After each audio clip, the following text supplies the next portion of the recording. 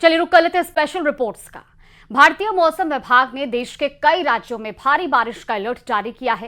विभाग के अनुसार असम, मेघालय, बिहार और हिमाचल प्रदेश में अलग अलग स्थानों पर भारी बारिश से कई जगहों पर जहां स्थिति खराब है और इस बीच भारी बारिश से बहुत भारी बारिश की संभावना भी जताई गई है। ये 4 तस्वीरें आपको टीवी स्क्रीन पर दिखा रहे हैं। हिमाचल के कुल्लू की पहली तस्वीर आप देख रहे हैं, दूसरी तस्वीर भी हिमाचल से ही मंडी की है और तीसरी तस्वीर आप देखिए मनाली की और चौथी लाहौल स्पीति की। 4 तस्वीरें आप टीवी स्क्रीन पर देखिए जहां लगातार हो रही भारी बारिश के बाद किस तरीके की स्थिति पहाड़ी इलाकों में हो चुकी है और खासतौर पर हिमाचल के अलग अलग इलाकों की ये 4 तस्वीरें हैं जहां भारी बारिश के बाद कई जगहों पर सैलाब आया है, कई जगह भूस्खलन हुआ है और ये तस्वीरें भी टीवी स्क्रीन पर। तो वही उत्तर भारत में मॉनसून की मार ने लोगों की जिंदगी बेहाल करती है। वाराणसी में 84 घाट गंगा के पानी में डूब चुके हैं। बिहार के नवादा में स्टेडियम तालाब बन गया है। शिमला में मलबा हटाते वक्त हादसा होने से एक की मौत हो गई तो उत्तराखंड के चमोली में पहाड़ टूटकर गिरने से 8 लोग घायल हो गए और हमीरपुर में यमुना और बेतवा नदी के उफान ने मोहल्लों और गांव को डुबो दिया है। ये रिपोर्ट देखिए।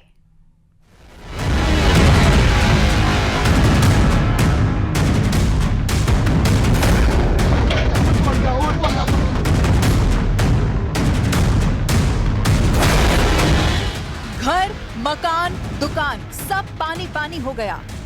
वाराणसी में हर घंटे गंगा नदी का पानी बढ़ने लगा। सभी 84 घाट पानी में डूब गए। गंगा की सहायक वरुणा नदी का पानी बढ़ने से 12 वार्ड बाढ़ के पानी में डूब गए।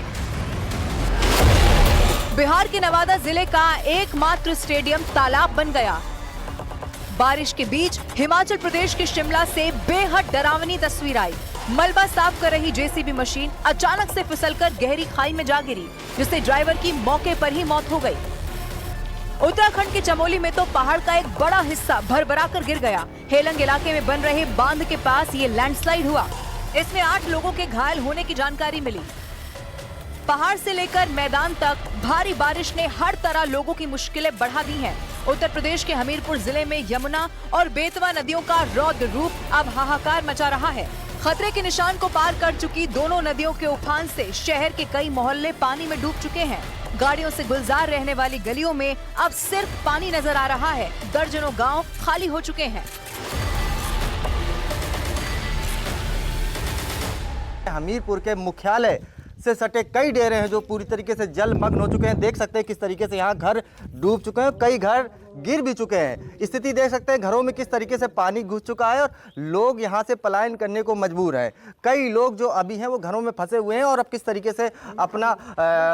तरीके से जीवन यापन कर रहे हैं। पहाड़ों से लेकर मैदानों तक बारिश ने जिंदगी की रफ्तार थाम दी है। कहीं बाढ़ ने घर छीन लिए तो कहीं मलबे ने जिंदगी निगल ली। फिलहाल ये आफत की बारिश थमती नजर नहीं आ रही। मालेगांव ब्लास्ट केस में बरी होने के बाद साध्वी प्रज्ञा सिंह ठाकुर अपने घर भोपाल पहुंचे, जहां उनका भव्य स्वागत किया गया। साध्वी प्रज्ञा सिंह ठाकुर के घर के बाहर मौजूद लोगों ने भारत माता की जय के नारों के साथ उनका स्वागत किया। इस दौरान उन्होंने कांग्रेस पर निशाना साधा। साध्वी प्रज्ञा सिंह ठाकुर ने कहा कि कांग्रेस ने हमेशा हिंदुओं को प्रताड़ित किया है, हिंदुत्व को बदनाम करने की कोशिश की गई है।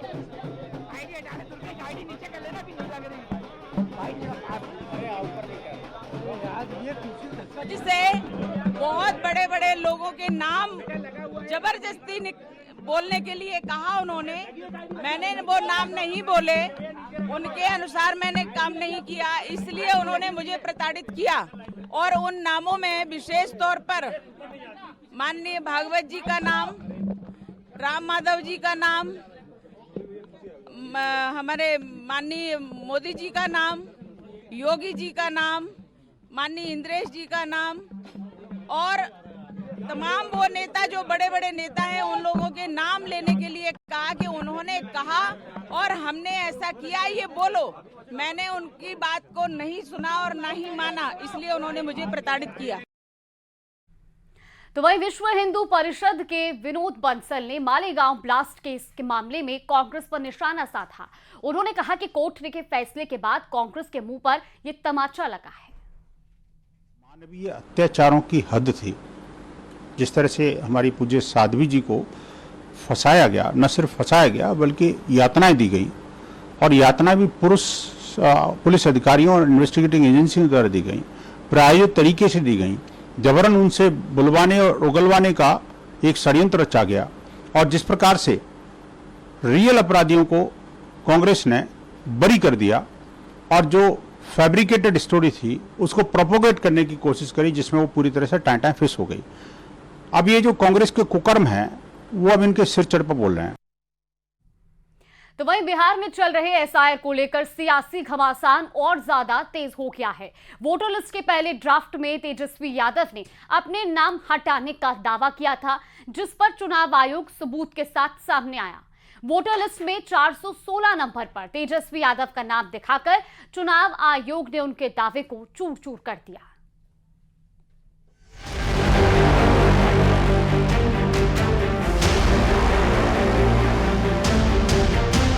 जो हमें मिला है एटम बॉम्ब है, फटेगा तो आप इलेक्शन कमीशन आपको दिखेगा नहीं हिंदुस्तान में। अगर आपके पास सबूतों का एटम बम है तो उसका परीक्षण तुरंत कर डालिए।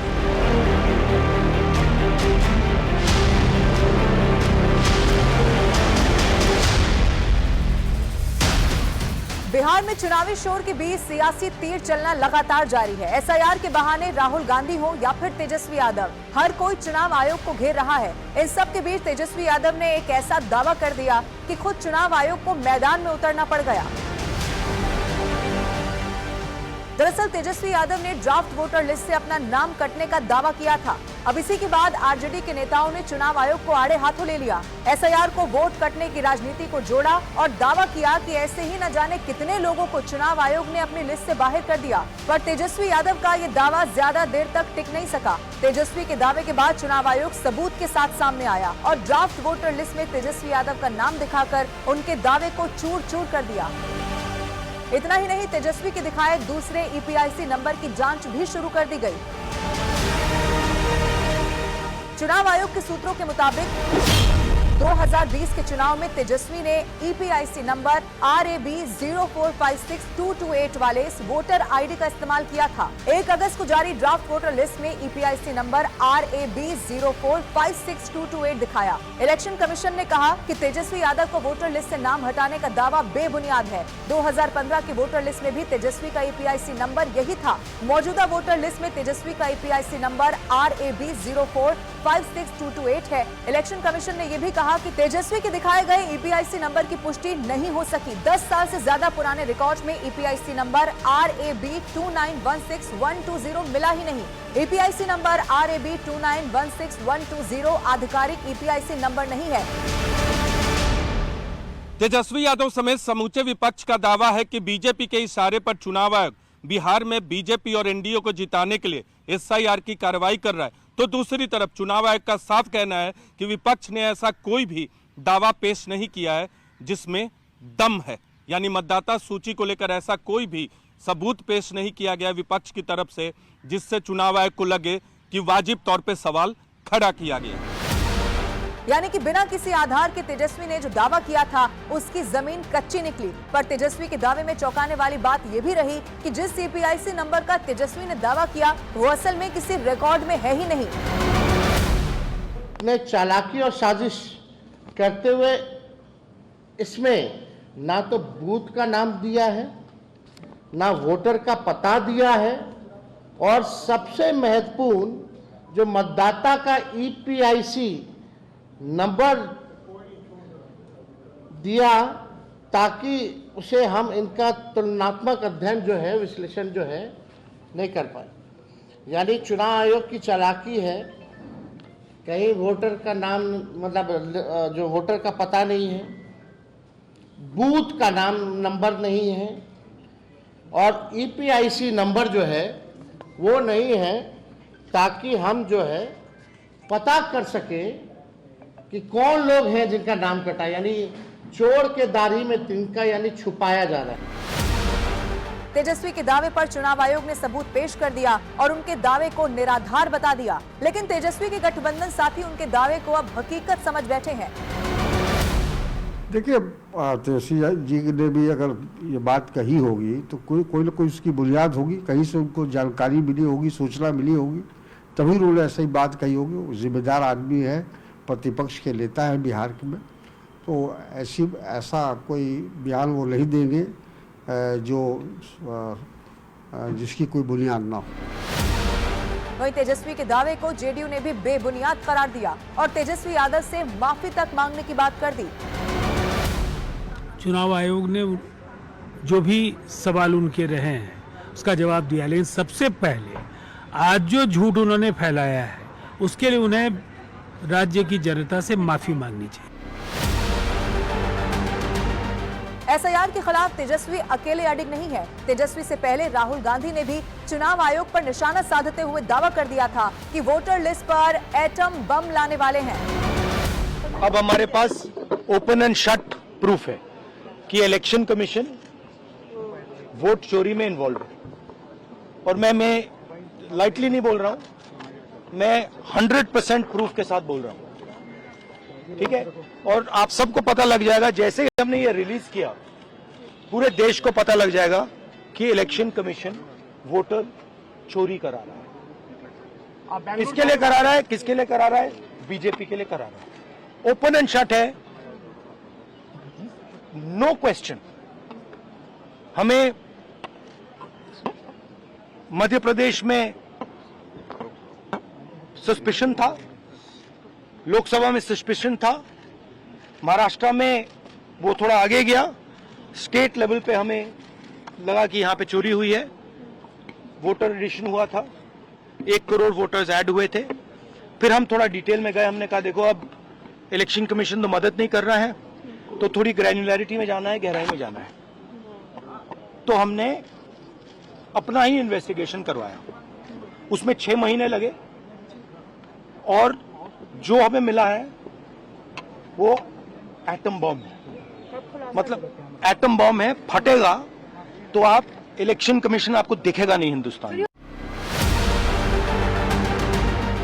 फिलहाल पटना से दिल्ली तक विपक्ष के 2 बड़े नेताओं के बयान और उस पर देश की सियासत 2 बेदम दावों के इर्द गिर्द घूमती रही। आरोप प्रत्यारोप का ऐसा दौर चला कि सुर्खियां बनने लगी, लेकिन सभी दावों पर चुनाव आयोग ने दिल ढरने से पहले ही ब्रेक लगा दिया।